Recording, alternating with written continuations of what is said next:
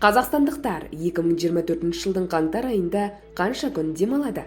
Сәлеметсіз бе? Қазақстандағы соңғы ресми жаңалықтарды бірінші болып білу үшін лайк түймесін басып, арнамызға жазылуды ұмытпаңыз. Қазақстандықтар келесі жылдың бірінші айында 10 күн демалады деп хабарлайды Ел-Кезет ақпарат агенттігі. Қаңтарда жаңа жыл мен Рождество мерекелері атап өтіледі. Жаңа 2024 жылдың ресми мерекелері: 1-2 қаңтар және 7 қаңтар Рождество мерекесі демалыс күні болып белгіленді.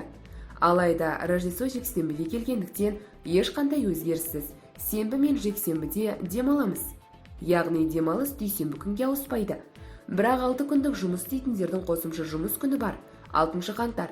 Сонда 5 күндік жұмыс аптасындағылар 6 және 7 қаңтарда демалады. 6 күндік жұмыс аптасындағылар 6 қаңтар жұмыс, 7 қаңтар демалыс. Жалпы алғанда бір айда жалпы 21 жұмыс күн болады.